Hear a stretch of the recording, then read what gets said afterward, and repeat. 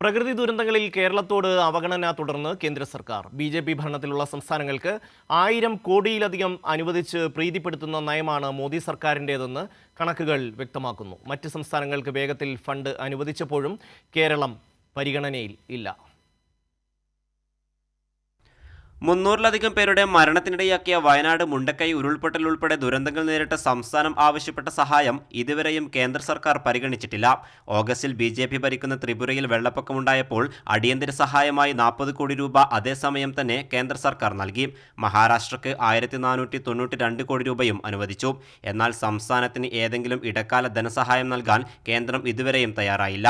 മൂന്നാം നരേന്ദ്രമോദി സർക്കാരിന്റെ ആദ്യ ബജറ്റിലും കേരളത്തിന് നിരാശയായിരുന്നു. പ്രളയ ദുരിതം നേടാനുള്ള സഹായ പദ്ധതികൾ പ്രഖ്യാപിച്ചപ്പോൾ പട്ടികയിൽ പോലും കേരളം ഇടം പിടിച്ചില്ല. ബീഹാർ, അസം, സിക്കിം തുടങ്ങിയ സംസ്ഥാനങ്ങളെ മാത്രമാണ് പദ്ധതിക്കായി കേന്ദ്ര സർക്കാർ പരിഗണിച്ചത്. പ്രളയ ദുരിതം നേരിടാൻ ബീഹാറിന് മാത്രം 11,500 കോടിയുടെ സഹായമാണ് ബജറ്റിൽ പ്രഖ്യാപിച്ചത്.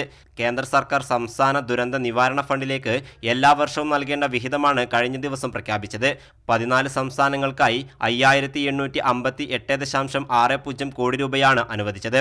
പ്രളയ ദുരിതാശ്വാസ പ്രവർത്തനങ്ങൾക്കായി 675 കോടി രൂപ ധനസഹായം പ്രഖ്യാപിച്ചിട്ടുള്ള കേന്ദ്ര പട്ടിക പുറത്തു വന്നിരുന്നു. അതിലും കേരളത്തിന്റെ പേരുണ്ടായില്ല.